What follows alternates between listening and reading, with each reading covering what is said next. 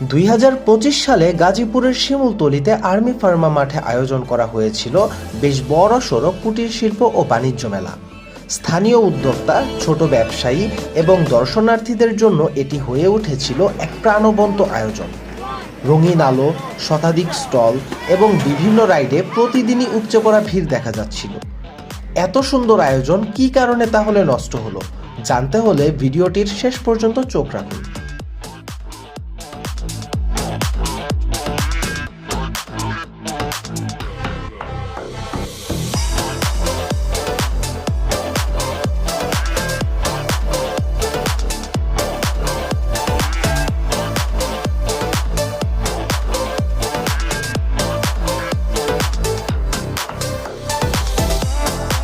মেলায় বিভিন্ন ধরনের পণ্য ছিল। হস্তশিল্প, পোশাক, অলংকার, গৃহসজ্জার সামগ্রী এবং বিভিন্ন খাবারের দোকান দিয়ে পূর্ণ হয়ে গিয়েছিল মেলার প্রতিটা স্টল। পরিবার নিয়ে ঘুরতে আসা দর্শনার্থীদের জন্য ছিল নাগরদোলা, মিনি ট্রেন, বাউন্সার সহ নানা বিনোদনের ব্যবস্থা। তাছাড়া শিশু এবং স্কুল পড়ুয়া ছেলে মেয়েদের জন্য ছিল ভরপুর রাইড, যেসব রাইড লুফে নিয়েছিল কোমলমতি শিশু কিশোররাও। সন্ধ্যা নামতেই রঙিন আলোর ঝলকানিতে পুরো মেলা প্রাঙ্গণে তৈরি হতো উৎসবমুখর আমেজ। স্থানীয় ব্যবসায়ীরা এখানে তাদের পণ্য বিক্রির সুযোগ পেয়েছিলেন এবং অনেকের বেশ ভালো ব্যবসাও হচ্ছিল। তবে এই মেলাকে ঘিরে শুরু থেকেই কিছু বিতর্ক ছিল। কিছু অভিযোগ এমন ছিল যে মেলার আড়ালে এখানে জুয়ার মতো কার্যক্রমও পরিচালিত হচ্ছে এবং দর্শনার্থীদের কাছে টিকিটের মাধ্যমে লটারি বিক্রি করা হচ্ছিল। এ কারণে স্থানীয়দের মধ্যে ধীরে ধীরে অসন্তোষ বাড়তে থাকে।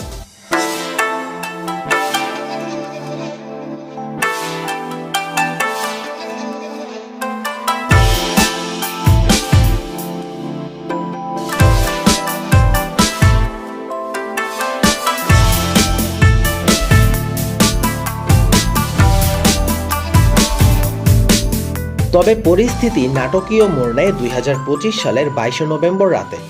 একটি দোকানে নির্ধারিত দামের চেয়ে বেশি দামে সিগারেট বিক্রিকে কেন্দ্র করে দোকানদারের সাথে এক দর্শনার্থীর বাকবিতণ্ডা হয় এবং ওই দর্শনার্থীকে মারধরের অভিযোগ ওঠে।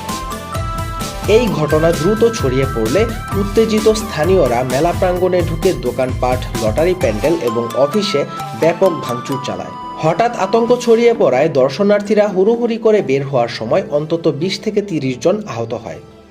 ঘটনার পর আইনশৃঙ্খলা বাহিনী পরিস্থিতি নিয়ন্ত্রণে আনলেও ব্যাপক ক্ষয়ক্ষতির কারণে শেষ পর্যন্ত মেলাটি বন্ধ ঘোষণা করা হয়।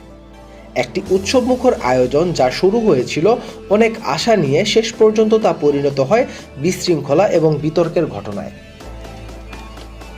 ঠিক এভাবেই এত সুন্দর এবং জাঁকজমকপূর্ণ একটি আয়োজন অব্যবস্থাপনা এবং নিরাপত্তার অভাবে নিমিষেই শেষ হয়ে যায়।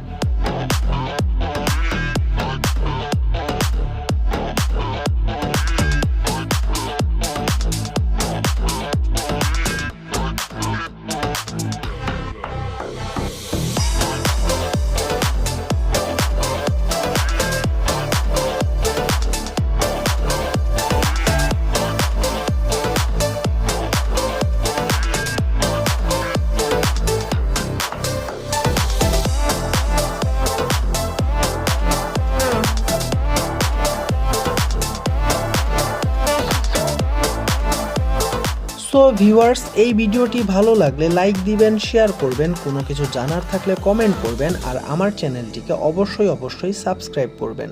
আজকের মতো বিদায় নিচ্ছি, দেখা হবে পরের ভিডিওতে। আল্লাহ হাফেজ।